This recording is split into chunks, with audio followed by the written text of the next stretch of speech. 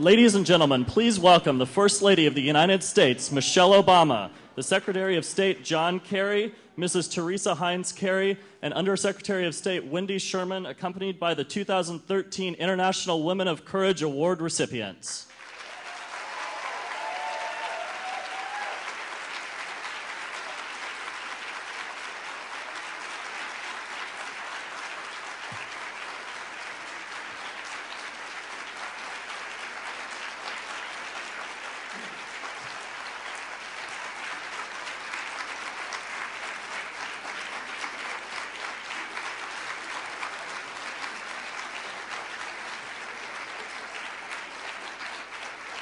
Thank you all very much. Thank you.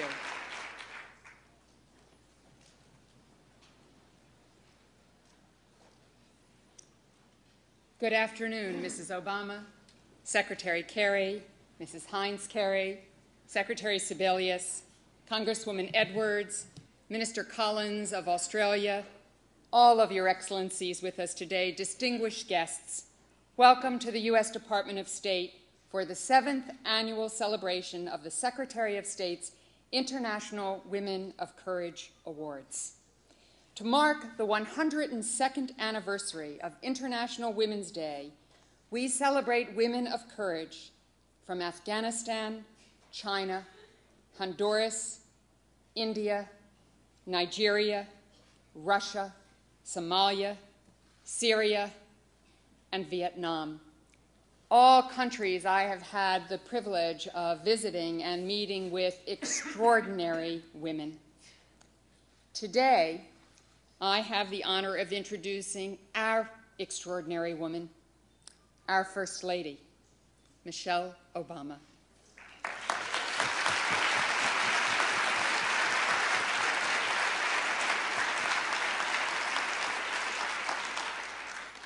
And I know our current Secretary of State will permit me to say that we are very clear here at the State Department. We are big fans of America's First Ladies.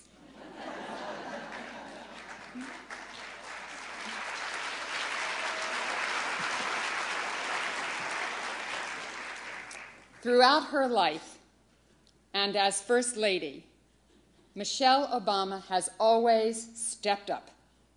When faced with a challenge, she not only faces it, she joins forces with those around her to make America and the world a better place. Whether it is ensuring our military men and women and their families are cared for and have jobs to return to, encouraging our young people to let's move, or doing the Dougie on late-night television. She engages us, she inspires us, and she empowers all of us to step up. Michelle Obama is about doing the right thing. She has stepped up her efforts on behalf of the American people and served alongside her husband with great distinction.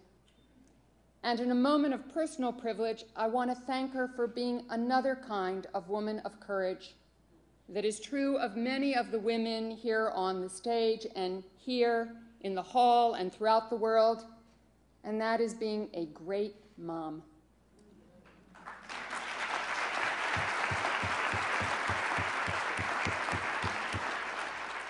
Every single day, women get up and try to raise their families and have a good life for their children, and she is a role model for all of us in that regard. So I hope you will please join me in welcoming the First Lady of the United States, Michelle Obama.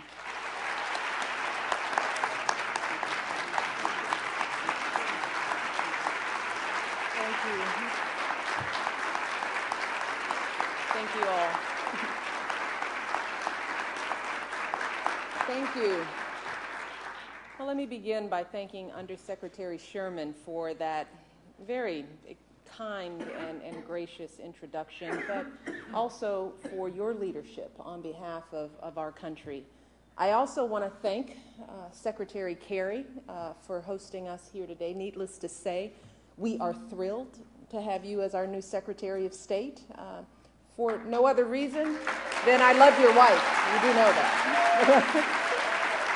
I love our secretary, but Teresa Heinz Kerry is another woman of courage who has been just a dear friend and supporter to me for a very long time, and it is just a thrill to have you both in this role. Congratulations and thank you.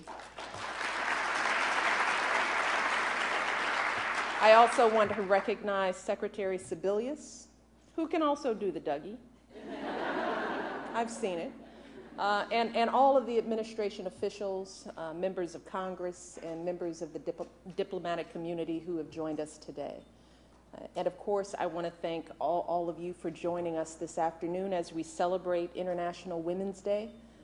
This is the 5th time I've had the privilege to take part in this event, and every year I look forward to it because it shows us what our most basic values look like when they're put to the test.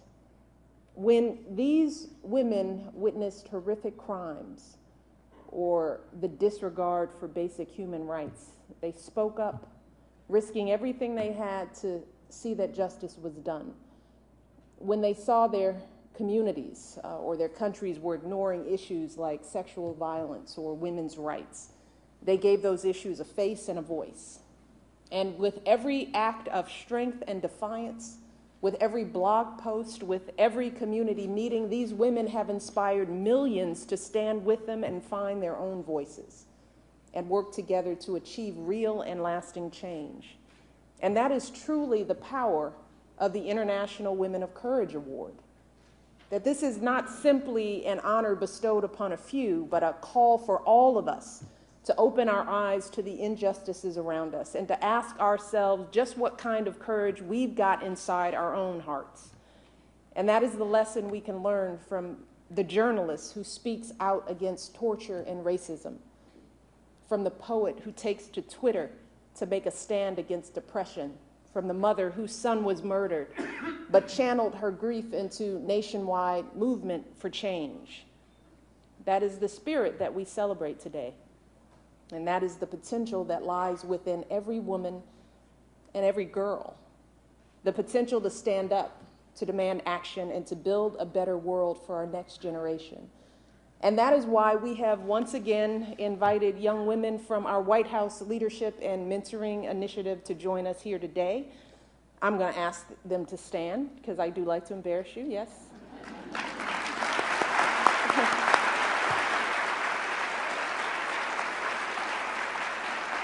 They are high school students from right here in the DC area, and to my mentees, the one message to you is to truly listen and to let these women be your guide, because in them you can see that no matter who you are, and we always say this, or where you come from, if you're willing to dig deep enough and fight hard enough and believe strongly enough in yourself, then you can truly change the world.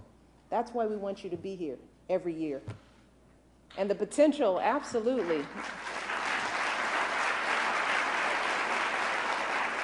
And the potential that I see in not just all of you, but all of our young women all across this world, that reminds me that the rest of us must work to lift up the women and girls in our own communities.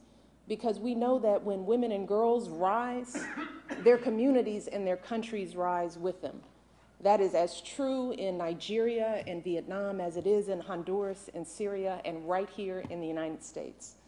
We saw that just yesterday when my husband signed the reauthorization of the Violence Against Women Act.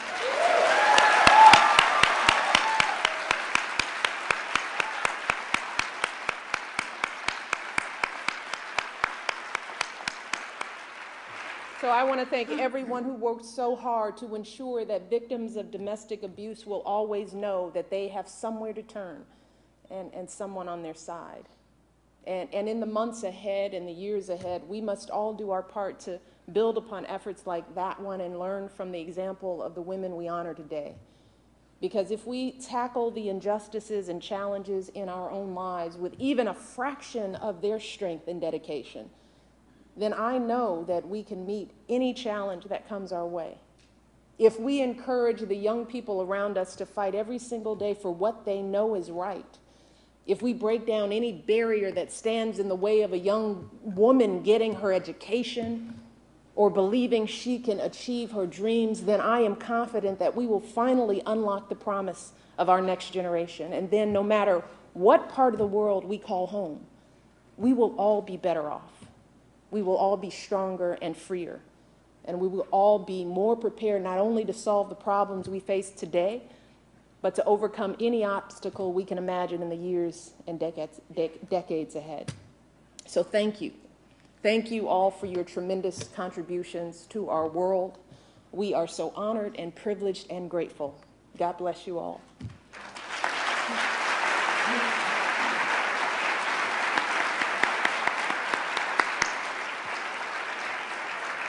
And now it is my honor to turn this program over to Secretary Kerry.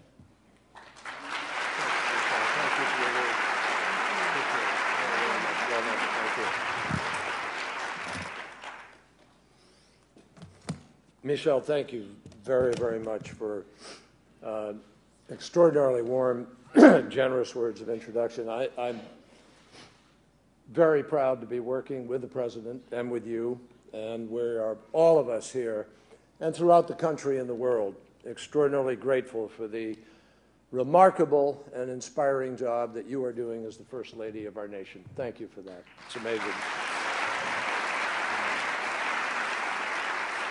We all talk about passionate advocates for women and girls, both in our country and around the world. And I think everyone here will agree that at the top of that list, we will find our First Lady, Michelle Obama. And we're grateful for her leadership. It's an honor for me today to be on this stage with these remarkable, indeed extraordinary women. And I want to recognize, if I may, very quickly, another woman of courage. The First Lady was kind enough to introduce her, but she marched against apartheid as a student in South Africa, and she worked hard in the decades since to improve the lives of women with respect to the environment and health. And I am delighted to call her my wife, Therese Owens Kerry.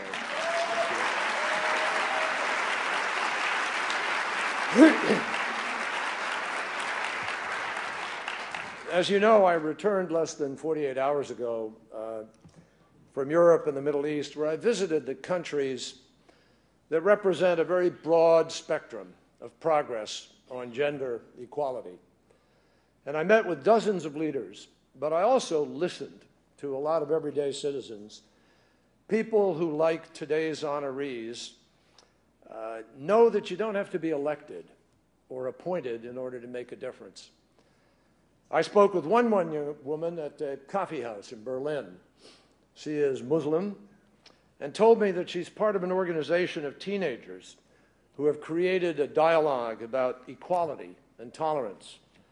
So, my friends, steps from the Reichstag and the markings, the old markings in brick of the Berlin Wall, a young Muslim woman today proudly stands up with her peers to map a very different and better, more open future. Her activism and her fearlessness spoke to me about a special kind of courage, courage that I saw years ago in Aung San Suu Kyi when I met her in her home when she was confined in Burma, or the courage I saw again in 4 Burmese women who were the first people I met right after I had been sworn in as Secretary of State, and I met in this building on my 3rd day as Secretary. 2 of them had been political prisoners, and today all of them are giving back to the very country that had once confined them.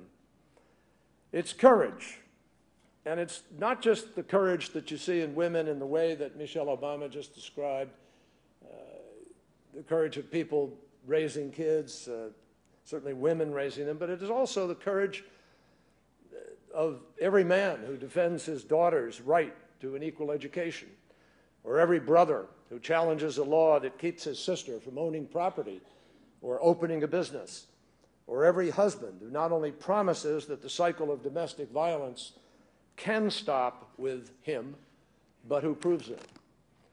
I see that courage and I see that hope in every woman on this stage, and you will learn that in a moment. And in the testimony of the 4 honorees who cannot be here today because of the repression and the intimidation that still festers around the world. I see how much work we still have to do, and so do you. One of our awardees is in hiding. One is in prison. Another is locked under house arrest. And we present a fourth award posthumously for a brave woman whose life was brazenly stolen by brutal violence. Their cause is our cause. Women's issues, as we know, are more than just women's issues. They're families' issues, they're economic issues, they're security issues, they're justice issues. And they matter to all of us, men as well as women, boys as well as girls, those of us who live in free countries, as well as those of us who don't. That's why, including with the work of Secretary Clinton and Ambassador Milan Verveer, the Obama administration has put advancing the status of women and girls right at the center of America's foreign policy.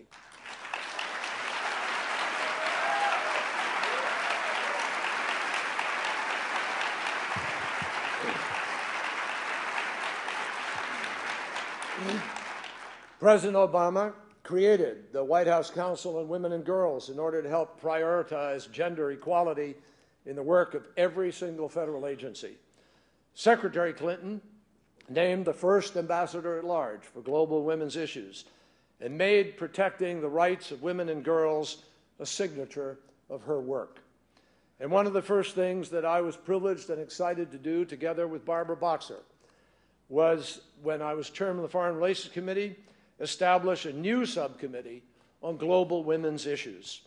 From the White House to the State Department to the Senate, women and girls across the world have more champions in American government than ever before, and we can be proud of that.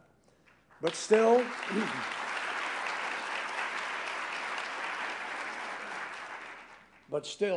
everybody here knows we have to do more.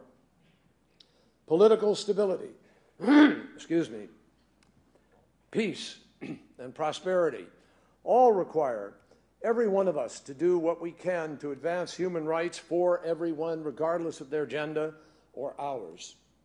And that is and will remain a fundamental priority of the Department of State and the foreign policy of the United States.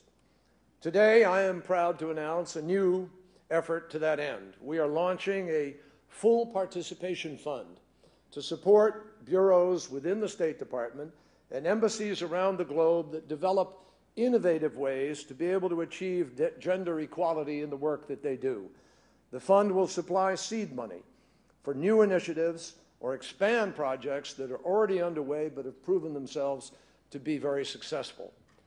I just share with you that before I was born, my mother volunteered as a Red Cross nurse in Europe, where she happened to be as an American at the dawn of World War II. And when the Nazis invaded France, she fled Paris and made her way to Lisbon, Portugal, and ultimately found her way back home to Boston. My mother spent 50 years as a Girl Scout leader and a community activist, particularly on the environment. And I recently reread a letter that she wrote my father during the war, a letter that my siblings and I still cherish. Speaking of the war, she wrote very simply, "There is something for everyone to do." Well, International Women's Day reminds us that there is something that each of us can still do to build the progress and build on the progress that we have made and to protect the health, the education, the welfare, the human rights of women and girls all over this world.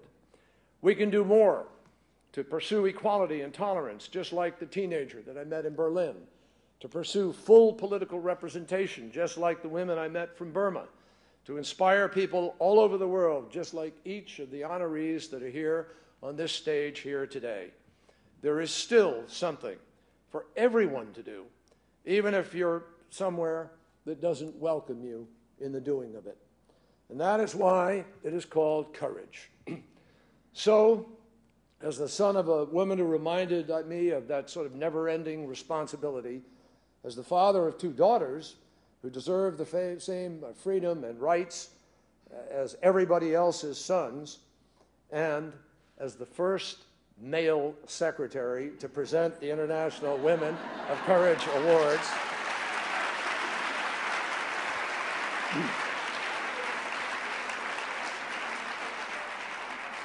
It is now my honor to introduce you to the 9 extraordinary and inspiring women who refuse to be intimidated or silenced.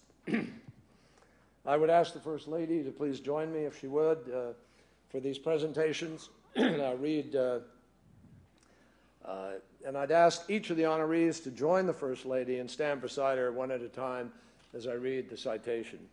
Our first honoree is Second Lieutenant Malolai Bhaduri of Afghanistan.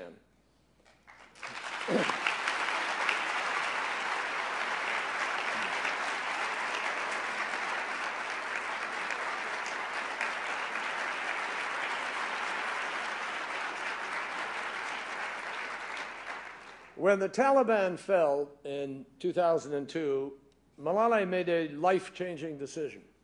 She left her job as a telecommunications operator in order to undertake a career in law enforcement. And when her uncle found out, he broke her nose. Undeterred, she was eventually elected as the first female member of the Afghan National Interdiction Unit. And to this day, she endures death threats and daily discrimination, but she has never let that weaken her resolve. Not only has her persistence inspired other women to join the Narcotics Interdiction Unit, she is already halfway through a training program that will allow her to be promoted to an officer, and the first woman officer in her elite unit.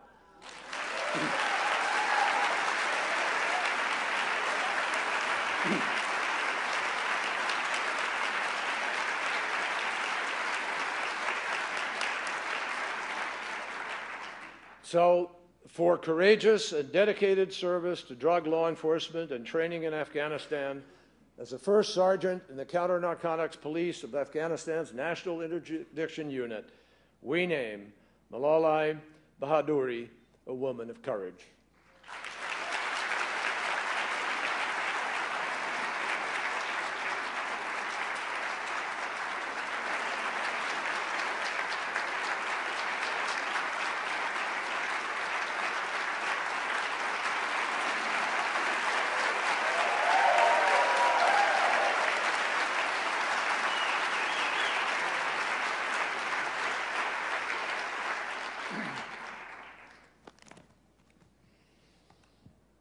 Julieta Castellanos. She has helped Honduras work to overcome corruption, drug trafficking, and one of the highest murder rates in the world. When her country was polarized in the wake of the 2009 coup d'etat, Julieta helped heal the wounds dividing the Honduran people, and she made recommendations to help prevent similar crises from ever happening again. She has organized others outside of government to become a powerful voice of justice, security, and human rights protections. And even when the Honduran National Police murdered her son 2 years ago, Julieta refused to turn inward or give up. Instead, she channeled her grief into a powerful call for action that is delivering meaningful change for the Honduran people. For pressing relentlessly to reform Honduran security and justice sector institutions and forging a civil society coalition to advance that goal, we recognize Julieta Castellanos as a woman of courage.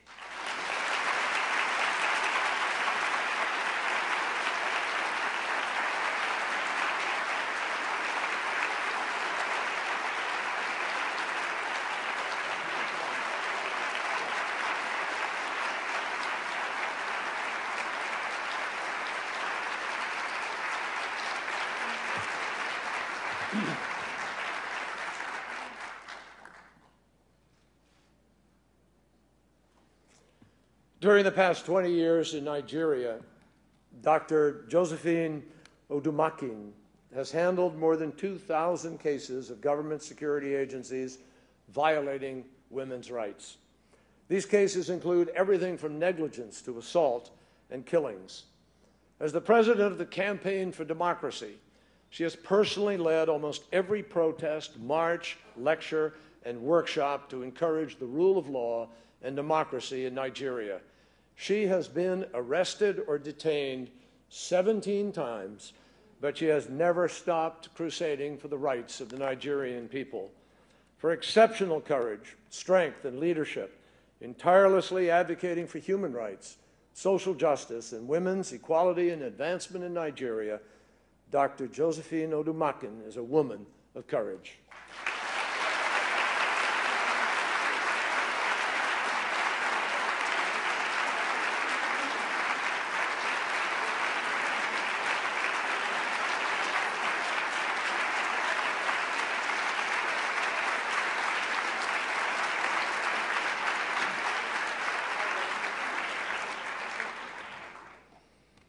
When the Assad regime began committing atrocities against civilians in Syria nearly 2 years ago, Razan Zaitouneh immediately began documenting these crimes on the internet and reporting them to international media.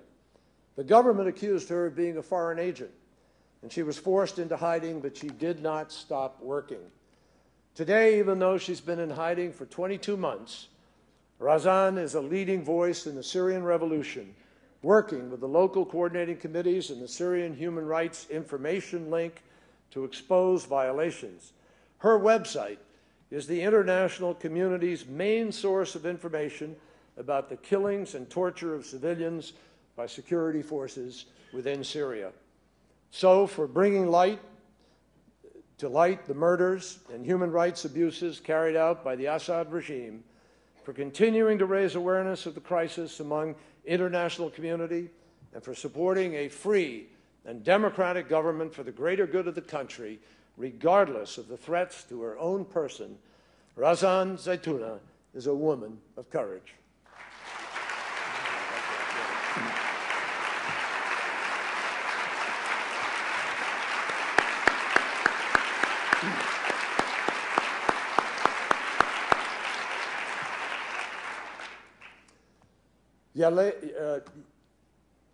Yelena Malashina is one of the most influential and respected journalists in Russia. She's built a career investigating drug trafficking, terrorism, military disasters, and the killings of fellow journalists, and topics that very few others have been willing to touch for obvious reasons. In the face of threats from her government, corporations, and even private citizens, Elena has continued to expose the truth and to combat negative influences in Russian society. She bears the scars of physical and verbal assaults, but she also carries the confidence of the many whose lives she has made better through her commitment. So for bold and courageous investigative reporting and for defending human rights in Russia and neighboring countries, we recognize Yelena Malashina as a woman of courage.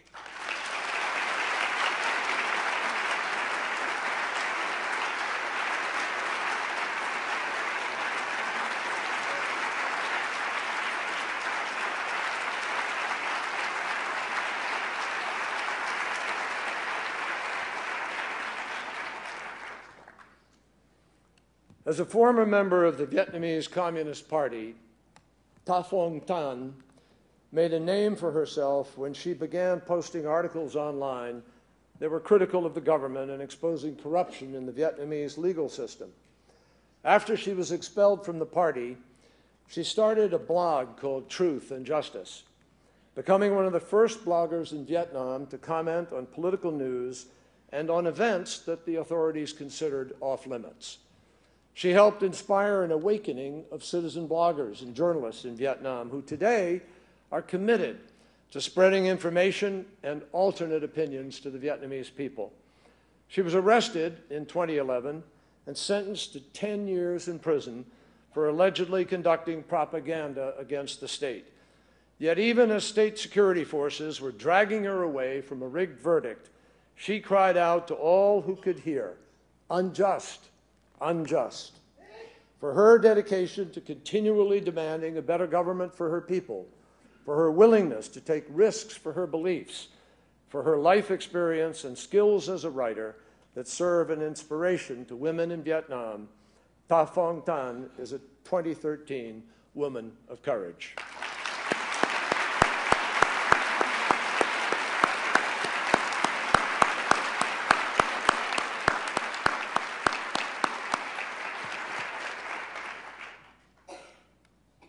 Tibet has become increasingly identified with self-immolations and protests against the deteriorating human rights condition for China's Tibetan citizens.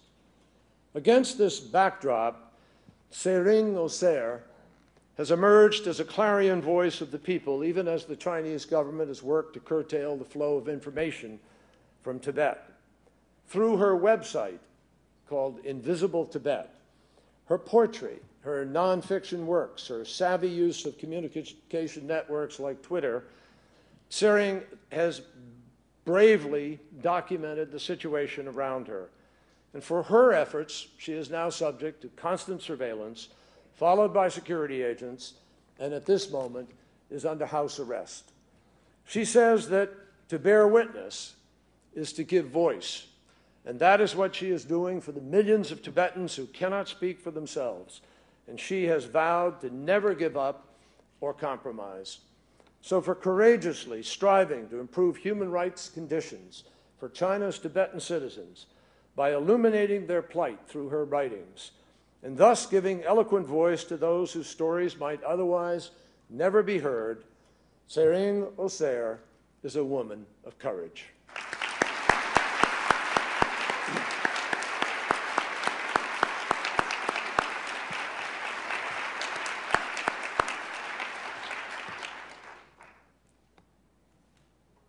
Obviously, sadly, since neither of these women can be here, we know that that will not deter them from continuing their work, and therefore it should not deter us from honoring their bravery and sharing their stories today, and we proudly do so. Next, it's my honor to introduce Fartun Aydin of Somalia.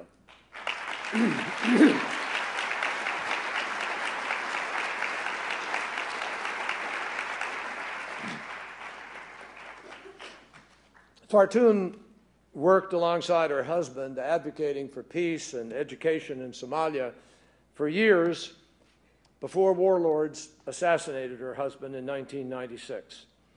Fartun then fled to Canada, and she raised their 3 daughters there as refugees. But in 2007, with Mogadishu torn apart by violence, Fartun returned home to continue her work for justice and reconciliation in Somalia. She started with pressing problems that are far too often absolutely ignored in patriarchal societies: rape and other sexual gender-based violence like child marriage. Her program, called Sister Somalia, supports survivors of sexual violence in unprotected camps of internally displaced people. She established the first sexual violence hotline and rape crisis center in Mogadishu, and that has helped more than 400 Somali women get a safe new start on life. And she has reached out to help hundreds of former child soldiers in order for them to be able to reintegrate into society, offering them an education and job training. Many are now working as teachers, electricians, mechanics, and they're filling the good jobs that Somalia needs in order to recover from more than 2 decades of violence. One person, folks, for courageously championing the rights of women and youth in Somalia through post-trauma support provision, skills, training, education, and advocacy, and for never losing hope for a peaceful Somalia, we honor Fartun Aydin as a woman of courage.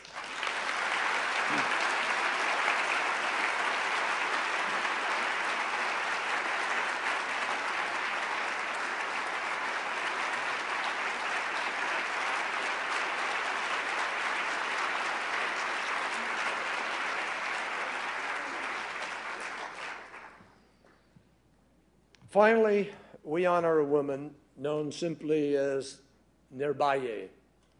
Brave, big heart, fearless. This bright young woman was studying to be a doctor when she boarded a bus in Delhi last December. For hours, she was brutally gang raped. She was then tossed away along with her friend, left naked and bleeding alongside the road, and left to die. But she kept fighting. Over the next 2 weeks, she became aware of the growing movement that was supporting her and the outrage and indignation ignited around the world. As she fought for her life, She decided to fight for justice, too. She defied her doctors and the culture of silence, giving 2 detailed accounts of her attack that the police used to arrest her rapists. Her bravery inspired millions of women and men to come together with a simple message: no more. No more looking the other way when gender-based violence happens. No more stigma against victims or survivors. Nirbaye's fight survives her. For inspiring people to work together to end violence against women in India and around the world by displaying immense courage in demanding justice, as this inscription reads, and with great sadness, we honor Nirbaye, a woman of exceptional courage, and we honor her posthumously. So please stand and join me, if you would, in a moment of silence for Nirbaye.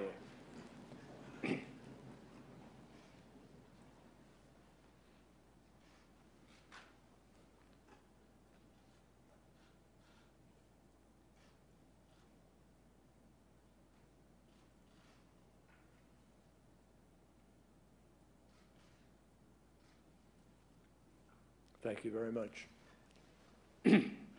It's my honor to read part of a statement from Nirbaye's mother and father. This is what they wrote. We never imagined that the girl we thought was our daughter would one day be the daughter of the entire world. She was meant to be the daughter of the world. This is a huge achievement in itself.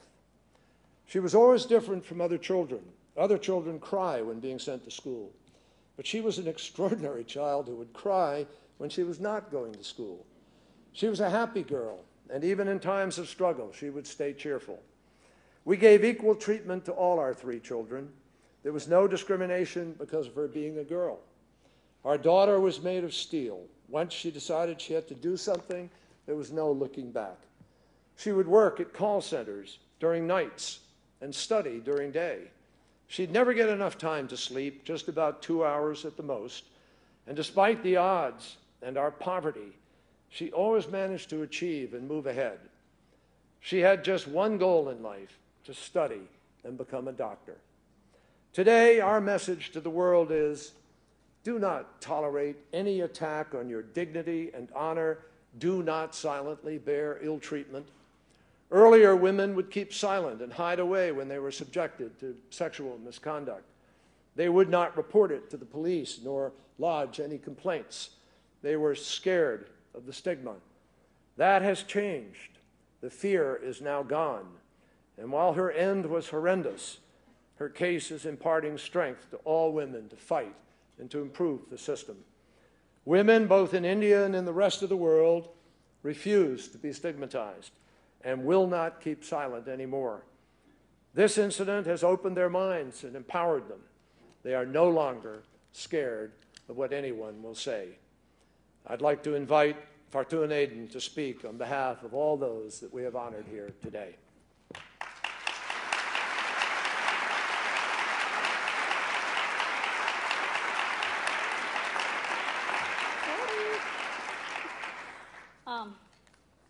Thank you very much. I have a speech, but I don't think I can write it. I can read it. I'm not going to read it because I'm too nervous sitting beside with Michelle. And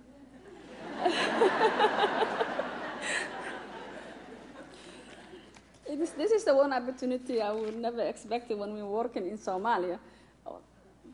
I never thought someone is going to see it, the work we are doing in Somalia. But that is the one of the things we are really appreciating here. And First Lady, sorry about that. First Lady, I honestly don't know what to say. But thank you for having us here. And also, I would like to talk about, on behalf of those women who really, really fabulous women. And the work we do, it doesn't matter where we live, it's always the same. As a women, we share one word, which is silence. Whatever place we are, we're always quiet. We don't talk, we don't say anything. We just listen whatever someone tells us. And that is the way we are now to change. I'm a mother, I have 3 girls. And I have to be a role model, not only to them, but to all young girls. And not only Somalia, but all over the place. We need to speak out. We need to involve. We need to be part of the change. Politically, decision making. We have in Somalia, last 22 years, women who's fighting. We didn't have a government, a strong government. We are fighting. And all these women who's doing amazing job in Somalia, they never get encouraged when it comes to peacemaking, when it comes to the decision making, when it comes to anything in their life. Someone has to make a decision for them. And that is not right. And that's where we stand today. And I'm so happy. I'm nervous, sorry about guys. I'm so happy to be here. And yesterday, when I saw the signing, President Obama signing against the violence against the women, it was relief. I knew, and I know we can change. We can change. And our program called Sister Somali, which that name it came from because it doesn't matter where we live, we're all sisters. And that's why I need a support to young generation to become leaders, to change, and not, we have a lot of work to do. Education, healthy, basic life. We're talking about human rights, the basic life in Somalia, and we don't have that. And that's the one of things we are fighting for. And we wanted to keep fighting, and hopefully one day we will change, and the young generation is gonna get there. And thank you very much for having me here. I'm sorry I didn't read my speech because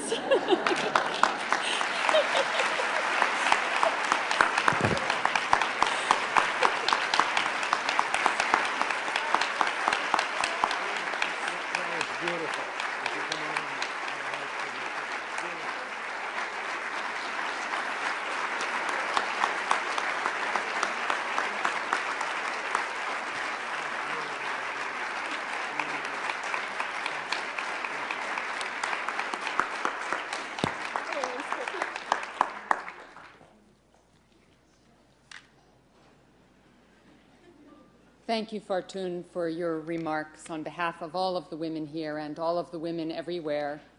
Fartun, I have to tell you, I have been in Mogadishu and met with your president and talked about the role that women are playing in your country. And I have no doubt that with leaders like you, there will be a bright and great future for your children and for their children. I thank you and all of you for everything you do every single day.